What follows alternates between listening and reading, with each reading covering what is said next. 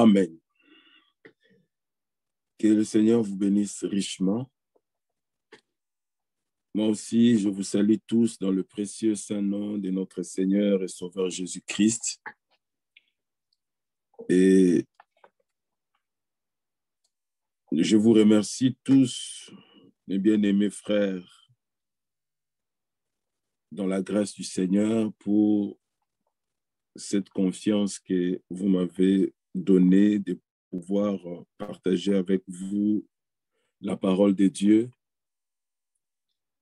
Et ma joie est aussi grande de voir que, comme l'écriture que notre frère a ajouté par rapport au thème,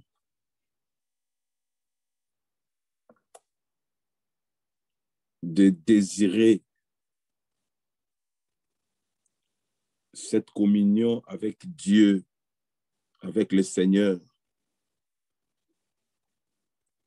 Cela ne sont pas les efforts des hommes, mais cela est véritablement la grâce de Dieu, surtout dans cette génération dans laquelle nous vivons. J'ai pu suivre la réunion que vous avez eue avec mon frère Félix Chikaya, serviteur de Dieu, homme de Dieu.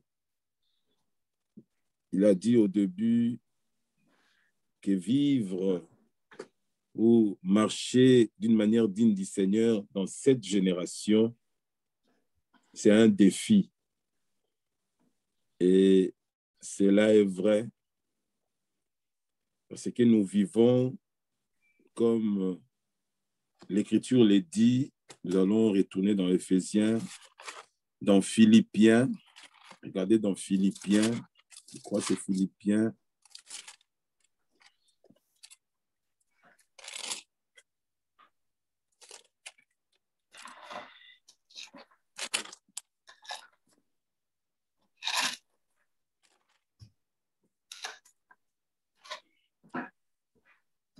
Philippiens chapitre 2, le verset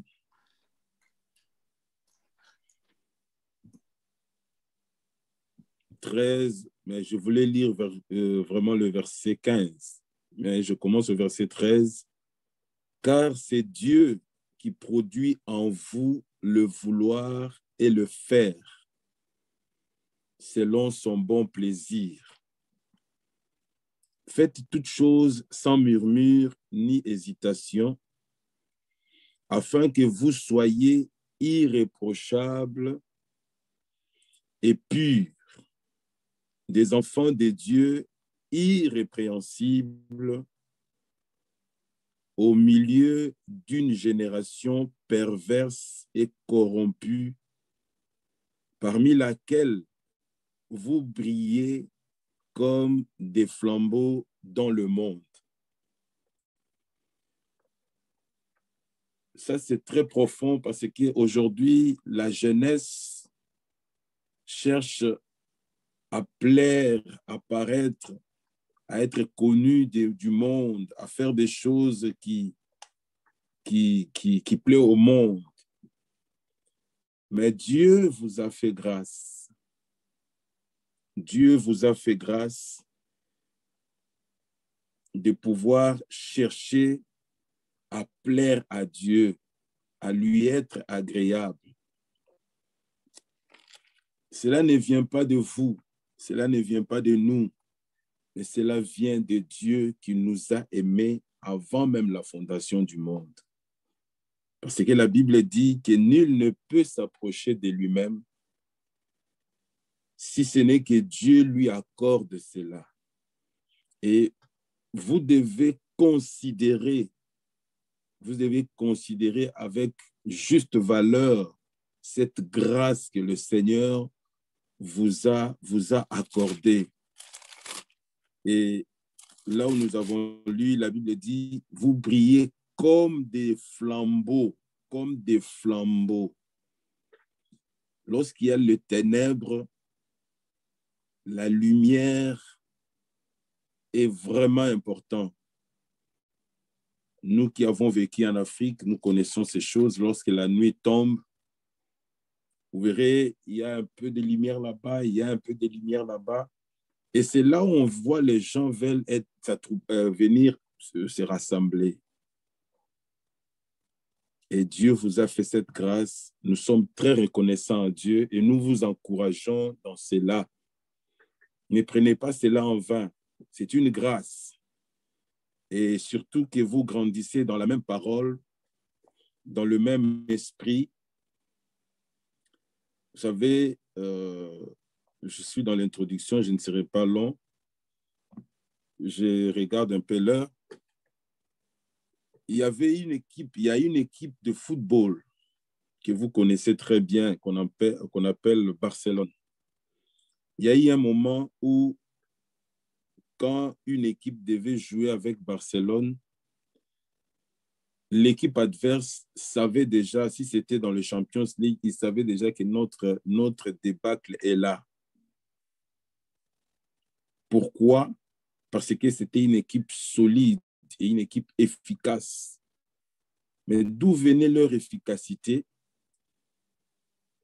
Selon les informations, ce sont des jeunes qui ont joué ensemble dans l'équipe P de Barcelone. Avec le même entraîneur, ils sont venus dans l'équipe A et ils ont vraiment montré que quand on est ensemble, dans le même esprit, avec le même désir, on peut faire de grandes choses.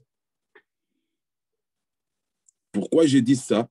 Parce que, comme je le disais, nous sommes touchés, nous sommes reconnaissants de ce que vous avez le désir. Et la Bible dit, c'est lui qui a créé en vous ce vouloir et ce faire. Ce n'est pas un homme, mais c'est Dieu.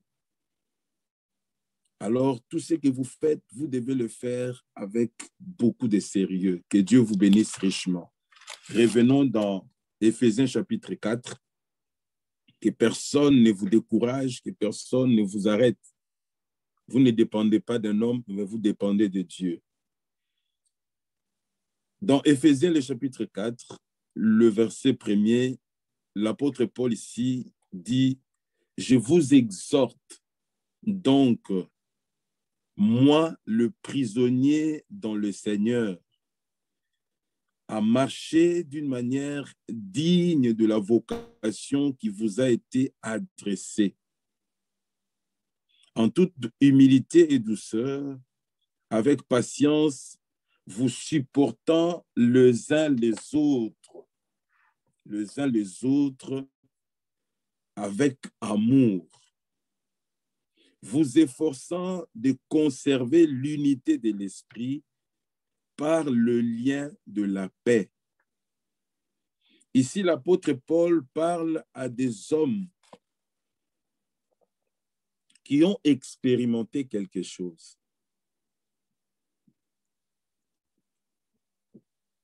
Il parle à des hommes qui ont expérimenté quelque chose. Quelle est la chose?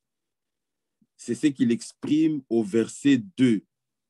Non, au verset 1er. Il dit, à marcher d'une manière digne de la vocation. Ah.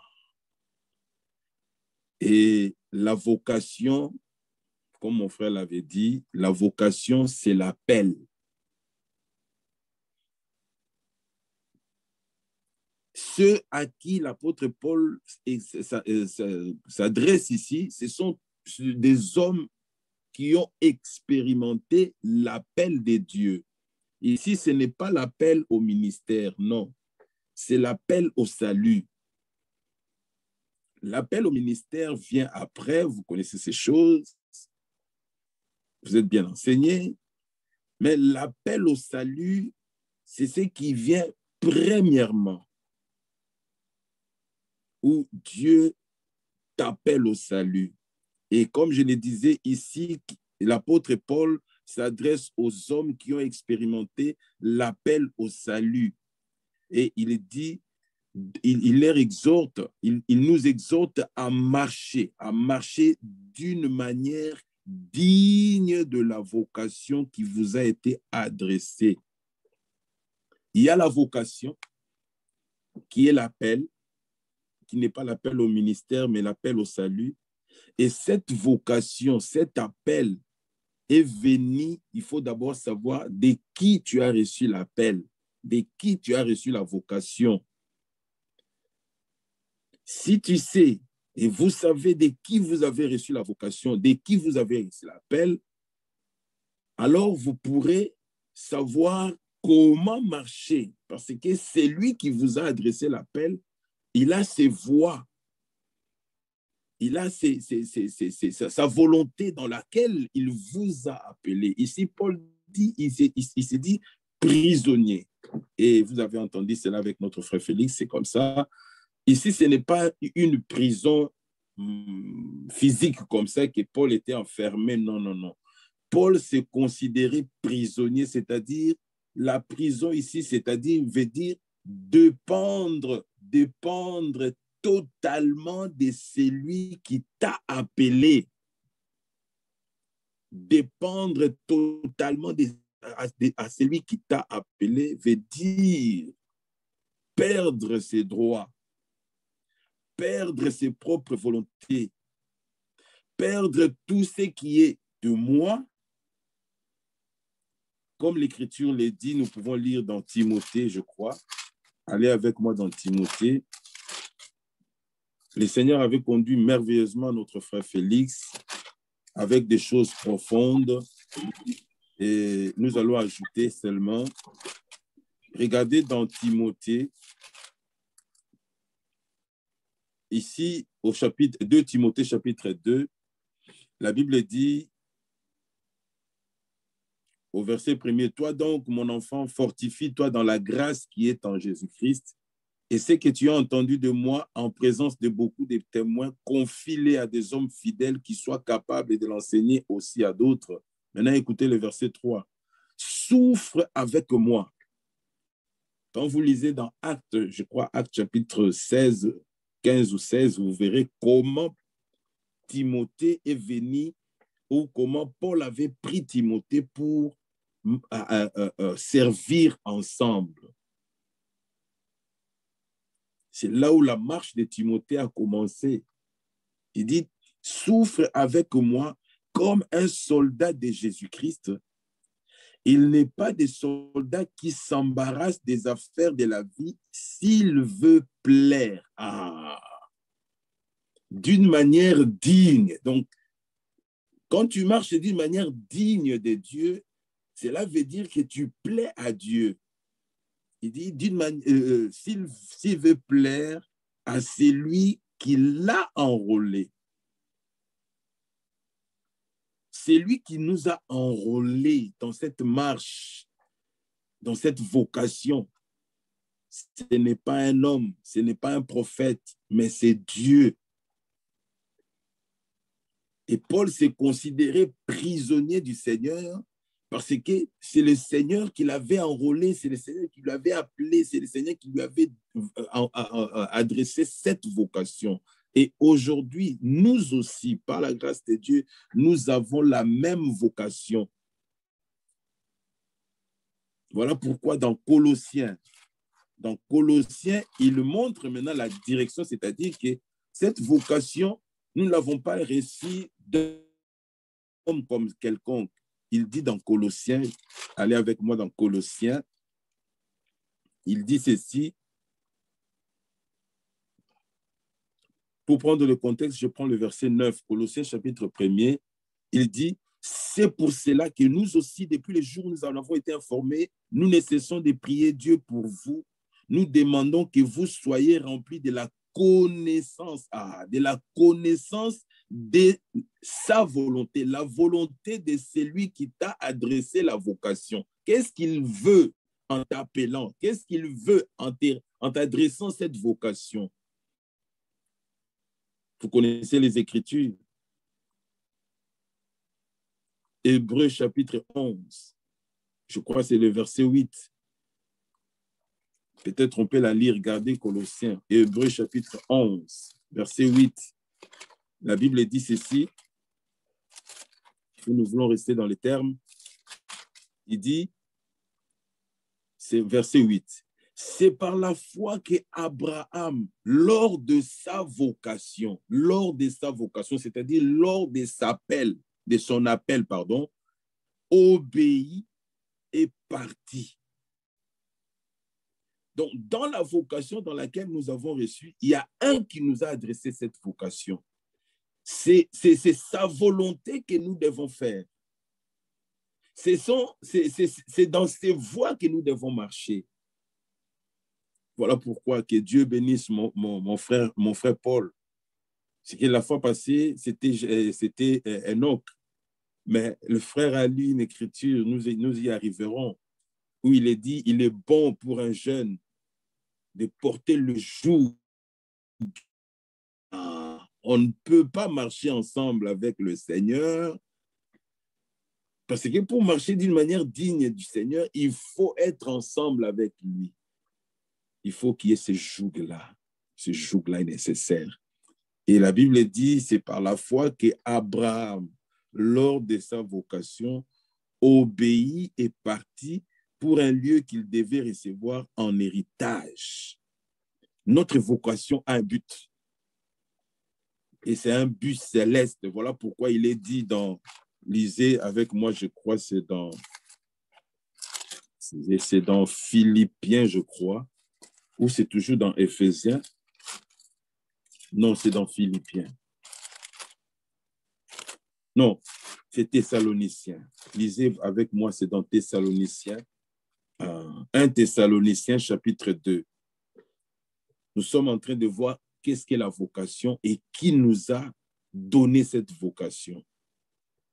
Et nous allons avancer au verset 1 Thessaloniciens 2, verset 12. Vous exhortant, c'est la même chose, vous exhortant, vous consolant, vous conjurant de marcher d'une manière digne de Dieu. C'est-à-dire de celui qui nous a adressé la vocation, d'une manière digne de Dieu, écoutez, qui vous a appelé à son royaume et à sa gloire. Vous voyez maintenant que notre vocation a un but. Dieu nous a préparé la gloire. Dieu nous a préparé le royaume. Donc cette vocation est précieuse. Cette vocation est élevée. Rendons gloire à Dieu. Vous exhortant, vous consolant, vous conjurant de marcher d'une manière digne de Dieu qui vous a appelé à son royaume et à sa gloire. C'est pourquoi le verset 13 dit, c'est pourquoi nous rendons grâce continuellement à Dieu. C'est qu'en recevant cette parole, la parole de Dieu, donc l'appel que nous avons reçu, nous l'avons reçu par la parole que Dieu nous a adressée, par l'évangile qui nous a été adressé. Dieu nous a appelés à sa gloire et à son royaume. C'est ça l'appel au salut. L'appel au ministère, je dis, c'est ce que Dieu fait après que la personne est venue premièrement au salut. Il marche avec Dieu et cela dépend de ce que Dieu veut. Mais l'appel au salut, que tu puisses avoir un ministère, que tu ne puisses pas avoir un ministère, la gloire nous est réservée à tous. Et maintenant, comme nous avons connu quelle est la valeur, qu'est-ce qu'est cette vocation, nous pouvons maintenant savoir comment marcher dans cette vocation. Il dit à marcher d'une manière, nous retournons maintenant dans Éphésiens, à marcher d'une manière digne de la vocation qui vous a été adressée. Chacun de nous a reçu son appel, a reçu sa vocation. Écoutez, en toute humilité et en toute douceur, avec patience, vous supportant les uns les autres avec amour. Tout ce que Dieu fait, l'œuvre de Dieu sur la terre, qui est liée à l'œuvre du salut, C'est une œuvre qui s'est faite dans l'amour divin. Et tous ceux qui sont appelés dans cette œuvre, voilà pourquoi j'ai dit, c'est l'appel au salut. Ce sont des hommes et des femmes qui ont reconnu, qui ont reçu, qui ont expérimenté l'amour de Dieu manifesté en Jésus-Christ. Si quelqu'un n'a pas expérimenté cela, voilà pourquoi vous voyez, dans ces temps, il y a beaucoup de problèmes parmi les croyants, parce qu'il y a beaucoup qui n'ont pas expérimenté cet amour que Dieu nous a témoigné en son Fils Jésus-Christ à la croix de Golgotha. C'est une œuvre d'amour. Parce que la marche avec Dieu, avec le Seigneur, c'est lui qui nous a adressé la vocation, commence à Golgotha. C'est là où la marche commence. C'est là où la personne devient prisonnier de Christ. C'est là où la personne perd ses droits. C'est là où la personne perd sa propre volonté. Si quelqu'un n'est pas passé par la croix, par Golgotha, dans la marche, il y aura des difficultés, il y aura des choses qui ne pourront pas être dignes du Seigneur. Vous voyez? Je vais vous montrer quelque chose. Je ne vais pas lire, mais vous connaissez les Écritures. Lorsque Israël est sorti de l'Égypte, par la main puissante de Dieu, le premier obstacle, c'était la mer Rouge. Dieu les a fait tous passer. Et dans 1 Corinthiens, Paul dit cela, il dit, nos pères ont été tous baptisés dans la mer Rouge. Tout, il dit cela. Mais est-ce que Dieu ne savait pas que parmi le peuple, il y avait Corée, il y avait Dathan, il y avait Abiram? Il savait. Il savait qu'ils étaient là. Mais Dieu a laissé. Mais quand la personne a fait une bonne expérience avec le Seigneur, c'est l'exemple de Josué, c'est l'exemple de Caleb. Ils ont reconnu la grâce de Dieu en Moïse. Ils ont reconnu la grâce de Dieu en Aaron. Et ils se sont soumis à la volonté de Dieu, aux paroles de Dieu, parce que lorsque Dieu, nous allons les toucher, lorsque Dieu avait fait sortir Israël, le but était la terre promise. Toi et moi, le but de la vocation, c'est le ciel, premièrement. Il faut que nous allons au ciel. Mais pour que nous puissions y arriver, nous devons marcher d'une manière digne du Seigneur. Oh, marcher d'une manière digne du Seigneur, c'est se soumettre totalement à sa volonté. Voilà pourquoi ici, il dit, en toute humilité et douceur, avec patience, vous supportant les uns les autres. Je reconnais la grâce que le Seigneur a fait à mon frère, Dieu merci. Je reconnais la grâce que Dieu a fait à mon frère Paul. Ce n'est pas moi qui ai appelé Paul, ce n'est pas moi qui ai appelé Simplice, mais c'est lui qui a appelé Simplice. C'est la même personne, c'est le même Dieu qui a appelé Boris. C'est le même Dieu qui a appelé, je dirais, Bajika. Maintenant, comme Dieu l'a appelé, Dieu lui a fait confiance. Comme Dieu l'a appelé, Dieu a un but à atteindre avec lui. De la même manière que ce Dieu-là travaille avec moi pour que je puisse atteindre le but, de la même manière, je dois aussi accepter que ce Dieu-là travaille avec Dieu merci pour atteindre le but. Voilà pourquoi l'apôtre Paul dit, en toute humilité, parmi nous, on ne peut pas voir l'orgueil dans la marche digne avec le Seigneur. On ne peut pas voir l'orgueil. Les apôtres, nous ont donné un exemple. Jean, Jacques, Pierre servaient le Seigneur ensemble. Ils ont marché ensemble.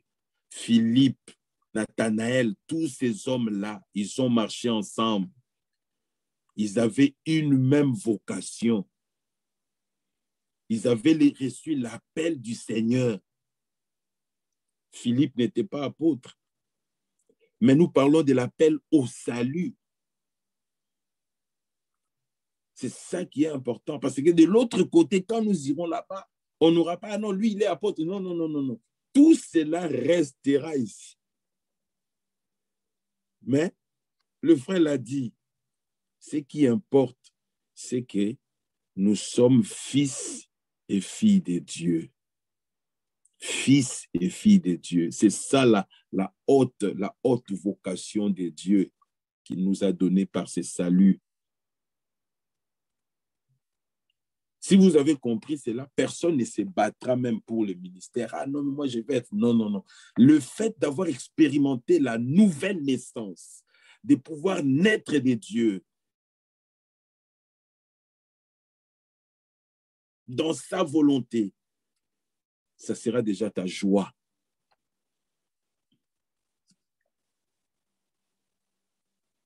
Et voilà, le frère nous a lu dans Lamentation, avant d'aller un peu plus loin. C'est une écriture puissante. Lamentation, nous allons revenir là-bas, mais pourquoi je touche cela? Parce que quelque chose est là. La Bible dit, Lamentation chapitre 3,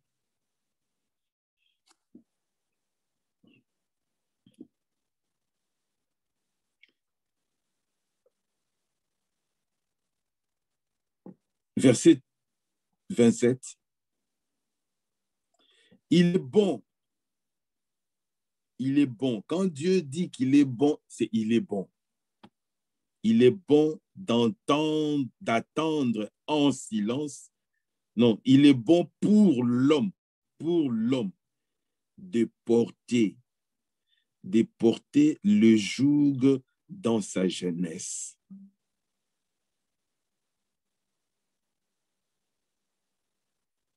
Il se tiendra si solitaire et silencieux. Pourquoi? Parce que le Seigneur les lui impose,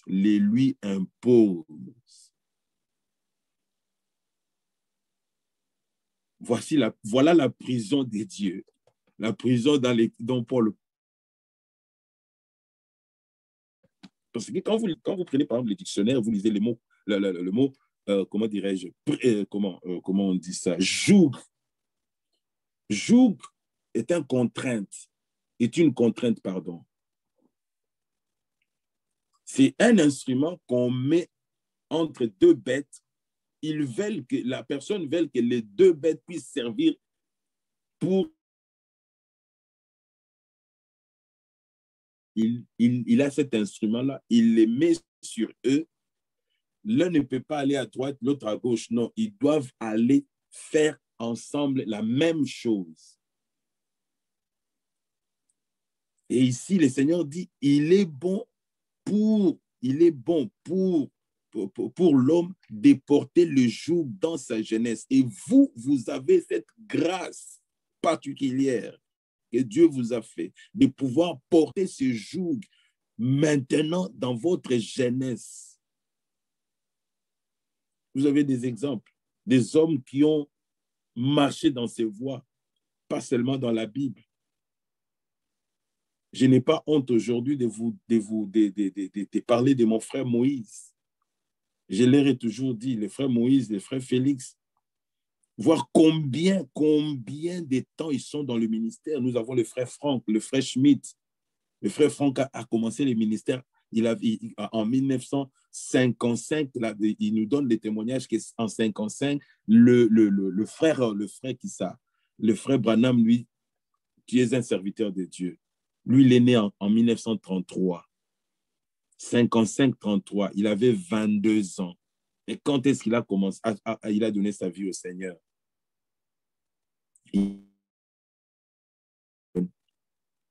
Quand nous prenons dans la Bible, nous prenons Samuel. Vous voyez? Il est bon il est bon pour l'homme de porter le joug dans sa jeunesse.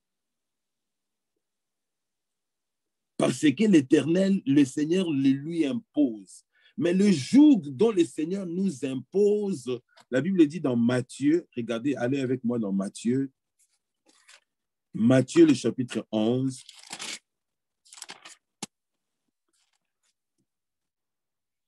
Matthieu le chapitre 11, la Bible dit ceci.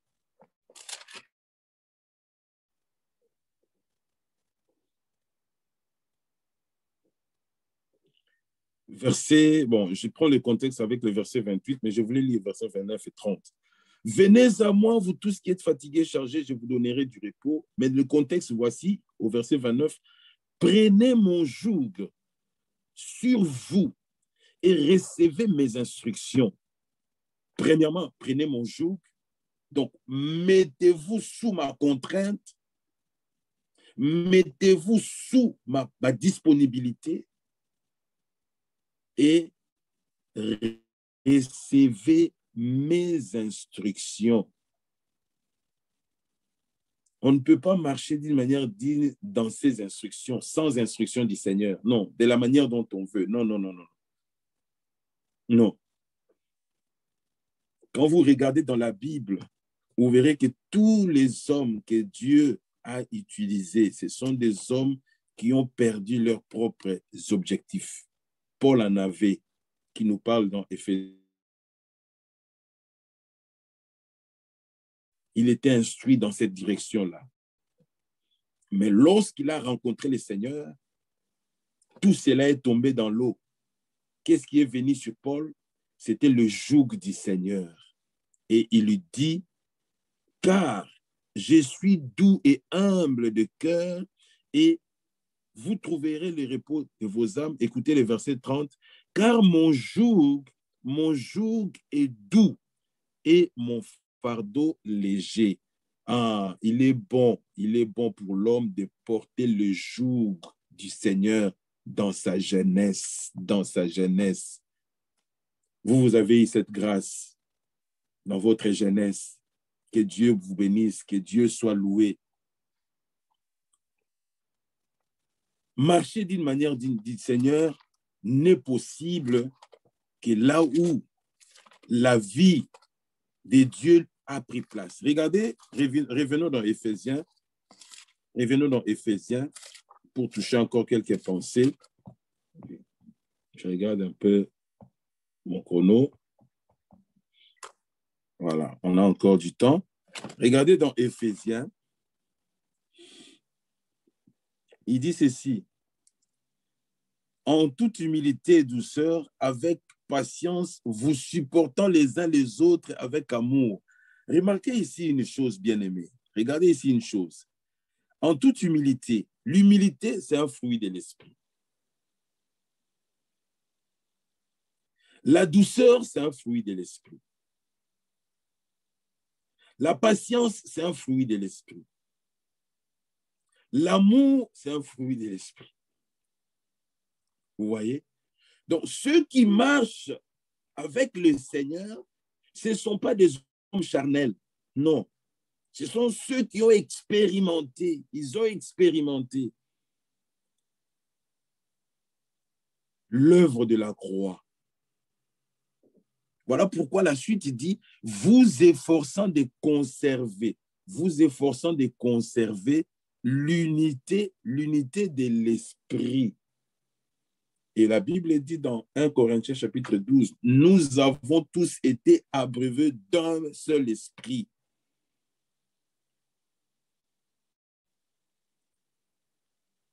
Celui qui a l'esprit de Dieu, qui est né de Dieu, il supportera son frère.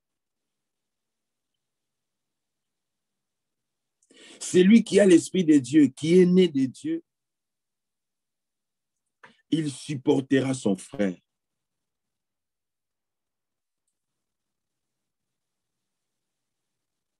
Conserver nous montre quelque chose de glorieux. C'est-à-dire qu'on ne peut conserver que quelque chose que l'on a. Si l'on n'a pas ça, on ne peut pas conserver. Je conserve mon téléphone parce que je l'ai. Je conserve mon stylo parce que je l'ai. Et conserver l'unité de l'esprit, c'est que la personne est dans l'unité. La Bible dit, regardez, en vous efforçant de conserver l'unité de l'esprit qui est le lien de la paix, qui est le lien de la paix. Cette paix-là, la Bible dit dans Matthieu chapitre 5, peut-être on peut la lire, on va revenir ici. Matthieu chapitre 5, Paul n'exhorte pas le monde, c'est qu'on va le voir, mais Paul exhorte les croyants. Je me réjouis que cette écriture est tirée des Éphésiens. Or, l'église d'Éphèse était une église dans laquelle où Paul, le Seigneur avait utilisé Paul pour donner les mystères de la parole de Dieu. Et c'est parce que ces hommes étaient tous remplis du Saint-Esprit. Ils étaient tous consacrés au Seigneur. Et il dit dans Matthieu chapitre 5, le verset 9, « Heureux ceux qui procurent la paix, heureux ceux qui procurent la paix, car ils seront appelés fils de Dieu. » Ceux qui procurent la paix, car ils seront appelés fils de Dieu. Ce sont des hommes, permettez-moi, et des femmes qui ont premièrement eux-mêmes expérimenté la paix avec Dieu. Alors, ils sont capables de pouvoir procurer cette paix aux autres, c'est-à-dire à son entourage. Nous sommes en train de parler de la manière de marcher d'une manière digne du Seigneur.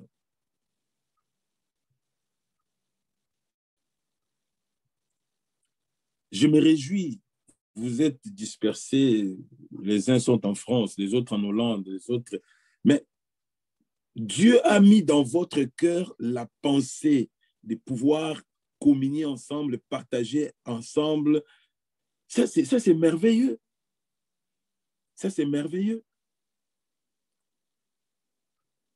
Mais pourquoi? Parce que chacun de vous a expérimenté quelque chose du Seigneur. Si quelqu'un n'a pas expérimenté cela, passez même ces temps, aujourd'hui c'est samedi, il peut faire le programme d'être occulte, mais prendre encore un temps pour le Seigneur, ça c'est la grâce. Ça, c'est la personne qui a expérimenté le Seigneur. Parce que David pouvait dire, je suis dans la joie lorsqu'on me dit, allons dans la maison du Seigneur. Et il dit ailleurs, un jour dans ta présence vaut mieux que 1000 ailleurs. Ce sont des expériences que tout véritable croyant, tout enfant de Dieu doit faire avec le Seigneur. Et cela l'identifie. Voilà pourquoi dans Amos, lisez avec moi dans Amos, cette marche n'est rendue possible que, regardez, dans Amos, le chapitre 3, l'écriture que vous connaissez,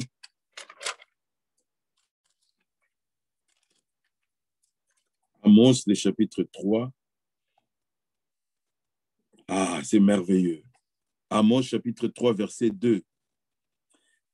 Je vous ai choisi, je vous ai choisi. Dieu a choisi des hommes. Écoutez bien, c'est Dieu qui a choisi. Maintenant, c'est Dieu-là qui a choisi Paul. C'est Dieu-là qui a choisi Dieu merci. C'est Dieu-là maintenant décide de mettre ces hommes ensemble. L'élection a eu lieu avant la fondation du monde. Mais lorsque le Seigneur était arrêté, comment il s'appelle, le sacrificateur Caïphe parlait, il dit, vous n'y comprenez rien, qu'un seul doit mourir pour sauver la nation, pour que la nation ne périsse point. Et la Bible dit, il parlait de cela puisqu'il était souverain sacrificateur cette année-là, il prophétisait que Jésus devait être mis à mort afin de rassembler en un seul corps les enfants de Dieu, tous les enfants de Dieu dispersés. Maintenant, quand ils sont ensemble, ils doivent marcher ensemble, ils doivent se supporter. Nous avons encore des manquements, nous avons encore des situations, des faiblesses. Mais nous devons marcher ensemble, pas nous réjouissant de nos faiblesses, mais nous marchons ensemble, nous supportant les uns les autres et conservant l'unité de l'esprit qui est le lien de la paix.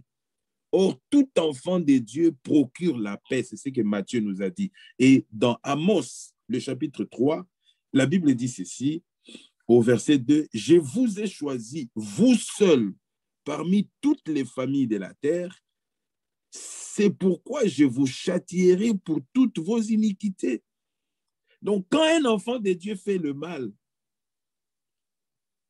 Dieu, en tant que Père, nous châtie.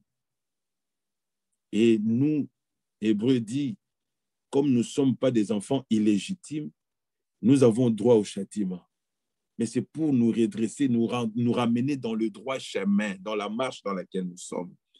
Et écoutez la suite. C'est pourquoi je vous ai dit, verset 3, c'est ce que je voulais dire. Deux hommes marchent-ils ensemble sans être concertés? Deux hommes marchent-ils ensemble sans être concertés? On ne peut pas marcher ensemble sans premièrement être concertés. Mais où est-ce que nous nous sommes concertés avec le Seigneur? C'est à Golgotha. Lui mourant pour nous et nous demandant de nous donner pour lui, de le suivre, de l'accepter pour nos fautes, pour nos pardons, notre pardon, pour notre salut. Ah, c'est là où l'appel est venu. Alors, ayant accepté, la marche a commencé. Maintenant, dans cette marche, il y a c'est lui qui a mis son joug sur nous. C'est lui qui nous conduit. Nous avons à obéir à ses instructions. Nous avons à nous soumettre à sa volonté et à compter totalement sur lui. Quand Dieu a fait sortir Israël, je reviens encore dans cela. Quand Dieu a fait sortir Israël, regardez prenez avec moi Exode. Je crois que c'est Exode, oui. Allez dans Exode. Allez avec moi dans Exode, chapitre 19. Exode, chapitre 19. Verset 1er. Le 3e mois après leur sortie du pays d'Égypte, les enfants d'Israël arrivèrent ces jours-là au désert du Sinaï. Étant partis de Réphidim, ils arrivèrent au désert du Sinaï et ils campèrent dans le désert. Israël campa là, vis-à-vis de la montagne. Moïse monta vers Dieu et l'Éternel l'appela du haut de la montagne en disant, « Tu parleras ainsi à la maison de Jacob et tu diras aux enfants d'Israël, vous avez vu ce que j'ai fait à l'Égypte. Et voilà. Et vous avez vu ce que j'ai fait à l'Égypte et comment je vous ai porté sur des ailes d'aigle et amené vers moi. » Verset 5 maintenant. Si vous écoutez ma voix et si vous gardez mon alliance, vous m'appartiendrez entre tout le peuple, car toute la terre est à moi.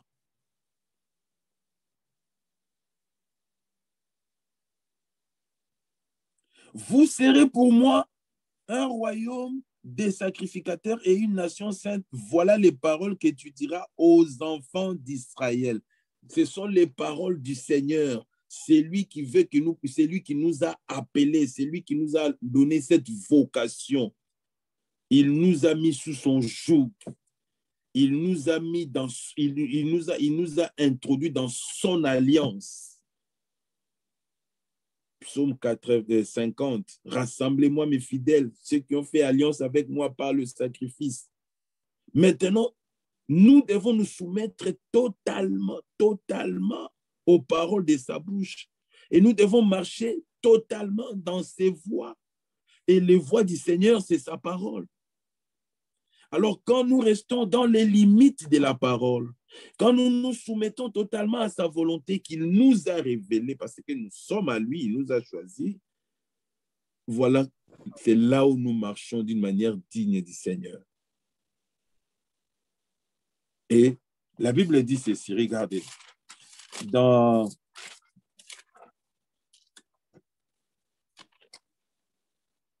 le frère, vous avez lu cela la fois passée, dans Genèse, j'aime beaucoup cela, Genèse chapitre 5, j'aime beaucoup cela. Pourquoi?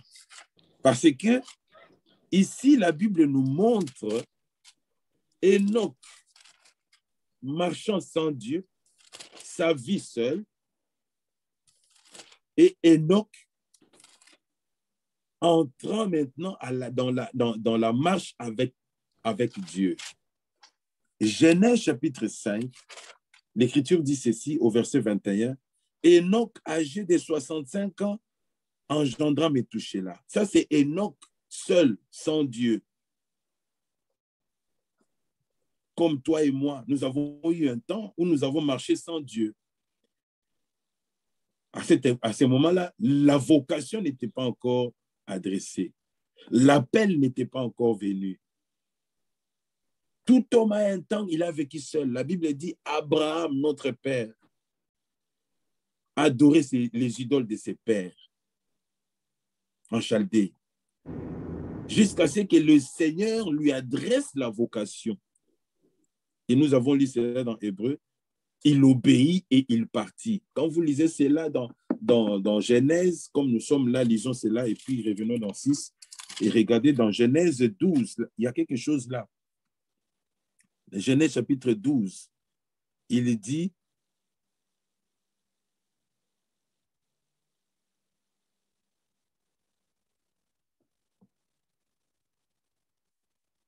verset 4, Abraham partit comme, ça c'est merveilleux, comme l'Éternel les lui avait dit. Pas comme lui il voulait, mais non, il est parti comme l'Éternel les lui avait dit. Il y a une manière de marcher avec le Seigneur. Et c'est cette manière-là qui est la manière digne. Nous allons y arriver. Je gagne du temps. Regardez maintenant dans Exode, dans Genèse chapitre 5. Enoch, âgé de 65 ans, donc de son enfance jusqu'à 65 ans, Enoch marchait seul. Tu vois? Et à partir des 65 ans, quand vous lisez dans Hébreu, la Bible dit, c'est par la foi, c'est par la foi. D'où vient la foi? La foi vient de ce qu'on entend. C'est-à-dire, Dieu avait parlé à Enoch. Et Enoch la foi a été suscitée en lui. Enoch a abandonné ses voies.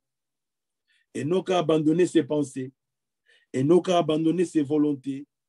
Enoch s'est soumis, comme Job dit, j'ai soumis ma volonté aux paroles de ta bouche. Alors la Bible dit, après Enoch, après la naissance de Métouchéla, Enoch marcha avec Dieu 300 ans. C'est merveilleux. Quand vous prenez le temps où Enoch a marché seul, vous comparez au temps où Enoch a marché avec Dieu, vous voyez qu'il a fait beaucoup plus de temps avec Dieu que seul. C'est merveilleux. quand nous considérons cela, nous voyons qu'il était encore jeune, 65 ans. Quelqu'un qui a vécu 365 ans. Donc, 65 ans, il était encore jeune. C'est là où il a accepté de porter le joug. Tu vois? Et nous avons lu dans Lamentation, c'est lui qui accepte le joug du Seigneur sera solitaire. Le monde l'abandonnera. Ne soyez pas étonnés, vous, dans votre jeunesse, si le monde vous abandonne. C'est parce que votre génération, les gens ne vous comprendront pas. Mais comment lui, nous sommes là, mais lui, il n'est pas là. Pourquoi? La Bible dit, Enoch marcha avec Dieu 300 ans et il engendra des fils et des filles. Tous les jours d'Enoch furent de 365 ans. Enoch marcha avec Dieu, puis il ne fut plus parce que Dieu le prit. Notre vocation est céleste. Notre vocation est céleste. Et dans Hébreu, regardons, lisons dans Hébreu, allons un peu vite. Hébreu, le chapitre 11. C'est là où il est dit au verset 5. C'est par la foi, Hébreu chapitre 11, verset 5, c'est par la foi qu'Enoch fut enlevé parce qu'il ne voit, pour qu'il ne voit point la mort. Vous êtes des jeunes qui vivent dans cette génération. Pour les Européens, je ne sais pas ce qui se passe aux États-Unis, mais les Européens, si quelqu'un meurt à l'âge de 25 ans, de 30 ans, il dit « Ah, il est encore jeune. Ah, il n'a pas fait sa vie. » Non, non, non, non, non. Mais regardez que nous, notre vocation, c'est le ciel. Voilà pourquoi notre marche doit être digne de celui qui nous a adressé la vocation. Et celui-là, pour que notre marche soit digne de lui, nous a donné sa parole. Sa parole. Le monde marche sans parole, sans Dieu. Mais nous marchons avec Dieu et dans sa parole.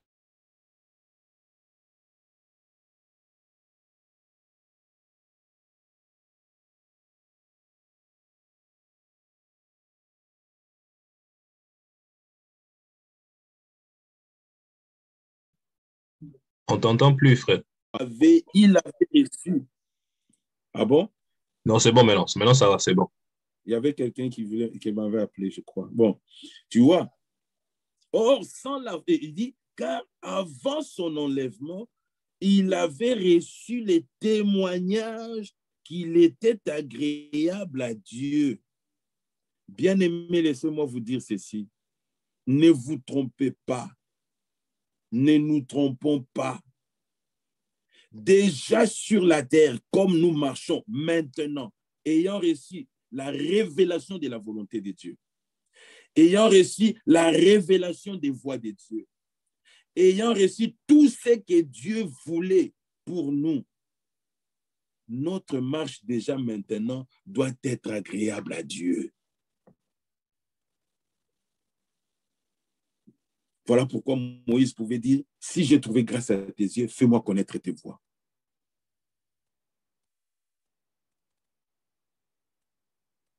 Le Seigneur lui dit, mais je t'ai fait trouver grâce. Il dit, mais si j'ai trouvé, fais-moi connaître tes voies. Tu ne peux pas marcher seul ou dans tes propres voies et dire que je suis avec Dieu. Non. Dieu nous a trouvé grâce dans ces temps. Considérez l'écriture de Philippiens. Nous vivons dans une génération perverse et corrompue.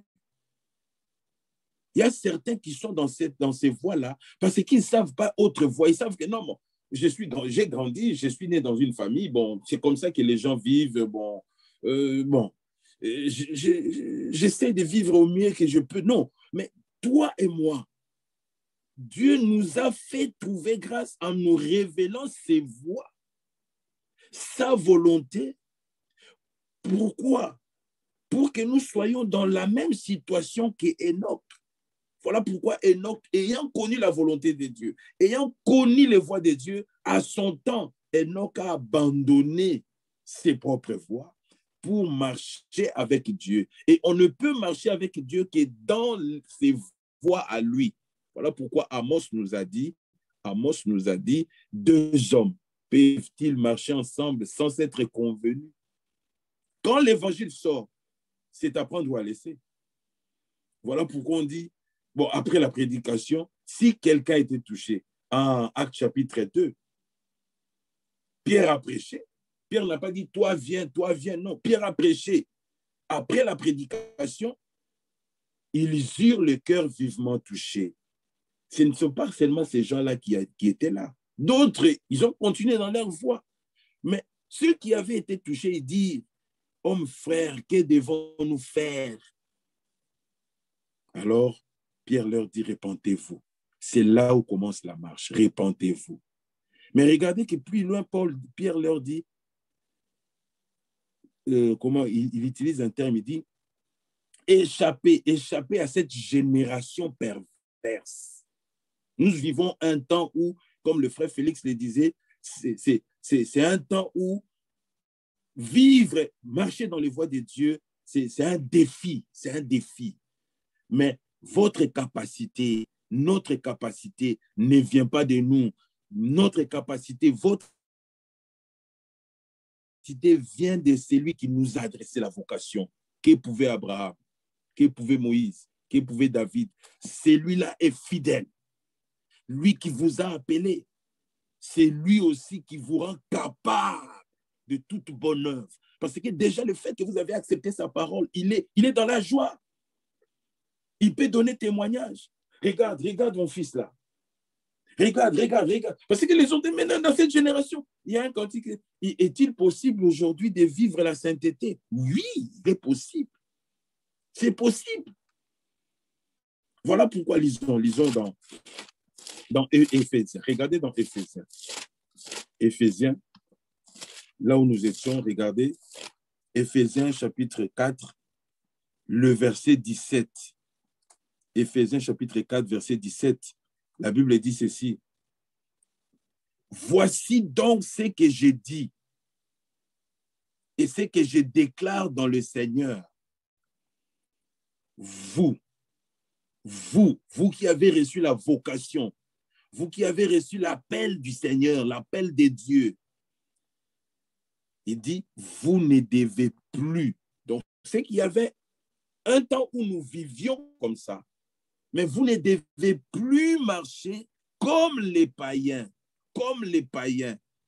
qui marchent selon la vanité de leurs pensées. Ils ont leurs propres pensées, ils ont leur propre volonté, ils ont leur propre voie. Mais nous, Golgotha a mis fin à cela. Vous ne devez plus marcher comme les païens. Mais regardez, au chapitre 2, dans quelle position ils sont? La Bible dit au verset 1er, vous étiez, j'aime cela, vous étiez morts par vos offenses et par vos péchés, dans lesquels vous marchiez autrefois, et non qu'avait une autre foi.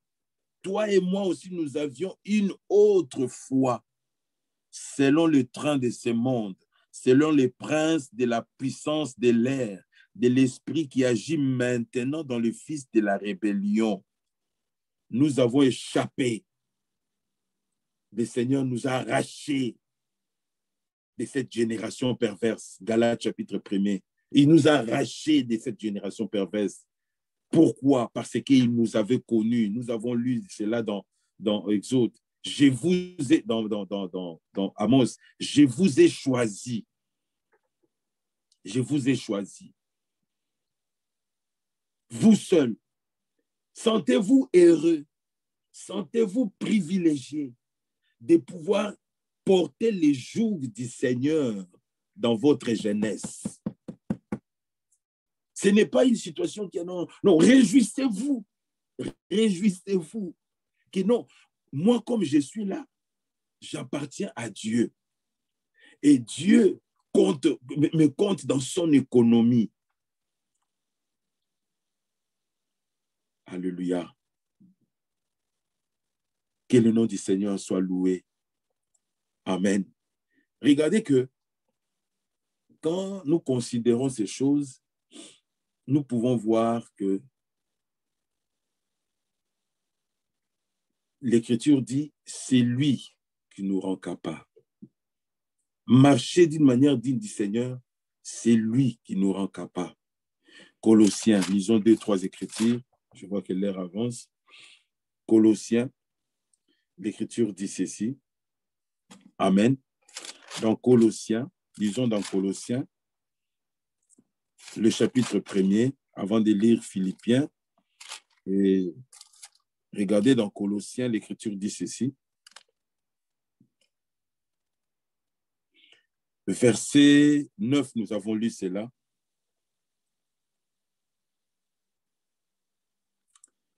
Bon, lisons le verset 6. Il est au milieu de vous et dans le monde entier. Il porte des fruits et il s'accroît à l'évangile. Comme c'est aussi parmi vous depuis les jours où vous avez entendu et connu. Vous avez entendu et connu. Les autres n'ont pas connu cela. Vous, vous avez entendu et connu la grâce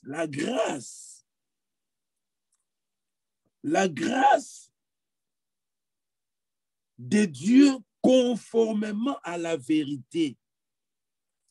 Les gens qui sont dans les dénominations parlent aussi des grâces, de la grâce.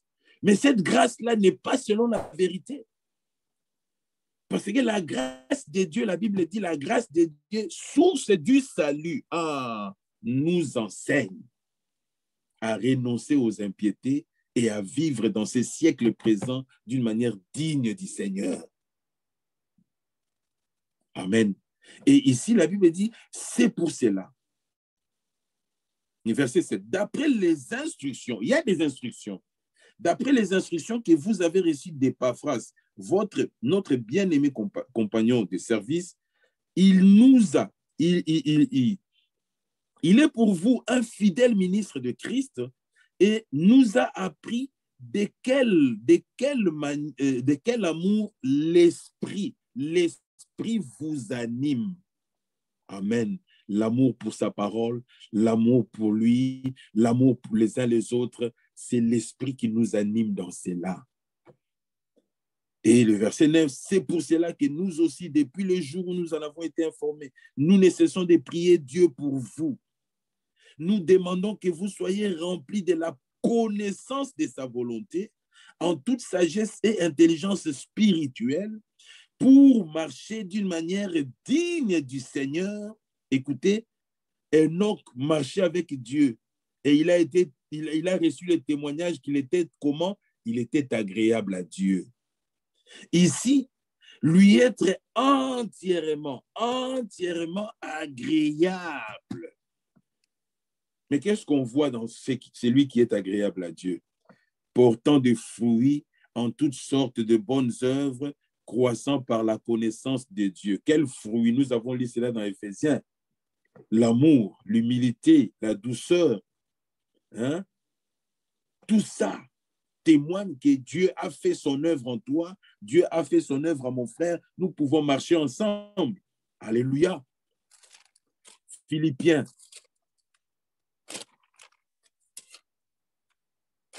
Regardez Philippiens.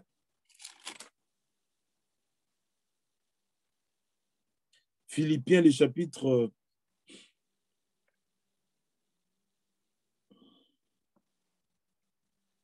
Philippiens chapitre 3, il est dit ceci.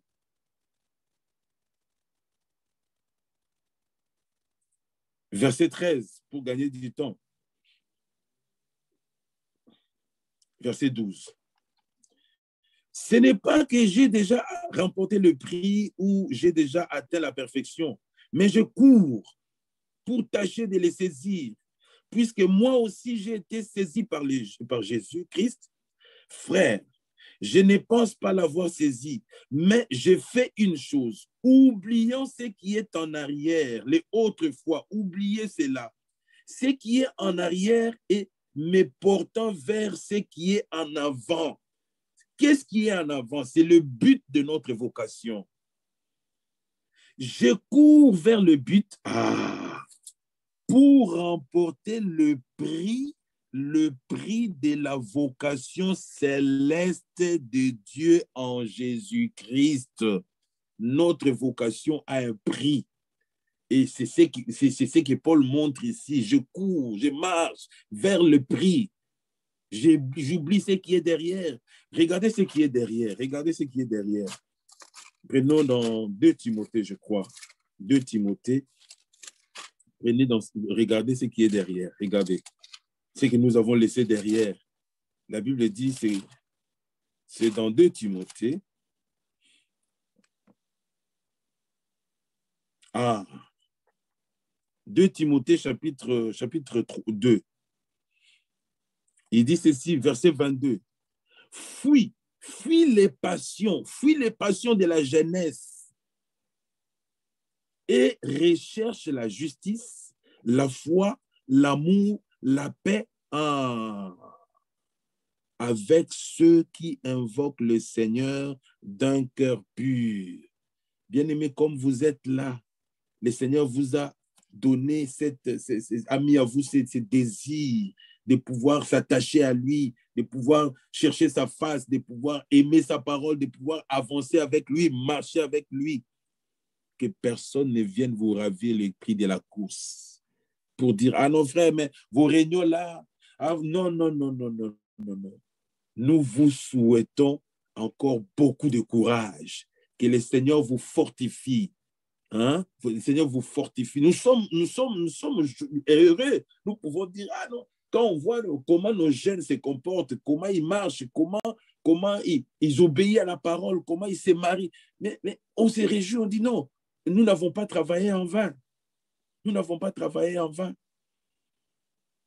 Il dit, fuis les passions de la jeunesse et recherche la justice, la foi, l'amour, la paix avec ceux qui invoquent le Seigneur d'un cœur pur. D'un cœur pur. Que vous soyez des modèles. Comme le Seigneur l'a dit, Paul l'a dit, imitez-moi comme je le suis du Seigneur. Que vous aussi, vous soyez des modèles dans votre jeunesse. Le frère Franck nous a lu cela dernièrement, l'écriture regardez dans Philémon. Et je crois qu'on va finir là. Dans Philémon, regardez dans Philémon, l'écriture dit ceci, verset 7. Philémon n'a qu'un seul chapitre. Il dit, j'ai en effet éprouvé beaucoup de joie. Amen. Et de consolation au sujet de ton amour, car par toi, frère, que ça soit par toi, amen, le cœur des saints a été tranquillisé. Amen. Verset 5, parce que je suis informé de la foi que tu as au Seigneur Jésus et de ton amour pour tous les saints. Je lui demande que ta participation à la foi soit efficace pour la cause de Christ en faisant reconnaître en nous tous toute espèce de bien, que vos vies en tant que des jeunes qui portent le joug du Seigneur soient une louange pour le Seigneur, que Dieu en tire gloire. Amen. Que lui-même vous rende encore beaucoup plus capable. Et sentez-vous privilégié. Cette génération, c'est une génération perverse, une génération perdue. Mais Dieu vous a arraché de cette génération parce qu'il vous a choisi avant la fondation du monde pour manifester sa gloire. Quand on voit, par exemple, nous, les vieillards, on dit, ah bon, ils croient parce qu'ils sont déjà des vieux. Hein? Ils n'ont plus rien. Ils donnent leur vie à Christ. Mais nous pouvons dire, ah, regarde mon fils, regarde celui-là. Et ils sont jeunes comme vous. Pourquoi ils croient? Vous voyez? Donc, en cela, c'est comme Dieu, vous le pouvez dire à Satan. Il dit, mais as-tu vu mon serviteur Job? Que Dieu dise de vous, as-tu vu mes jeunes? Hein? Mes jeunes Que Dieu vous bénisse richement. Qu'à lui seul soit la gloire, la louange et l'adoration, qu'il vous rende capable de toute bonne œuvre et que vous puissiez rendre vraiment persévérant dans ce que Dieu vous a mis à cœur et non pas votre volonté, mais que la volonté du Seigneur soit faite. Que Dieu vous bénisse. Je remets la parole à mon frère Paul. Amen. Merci, frère Jean Bosco. Que Dieu vous bénisse.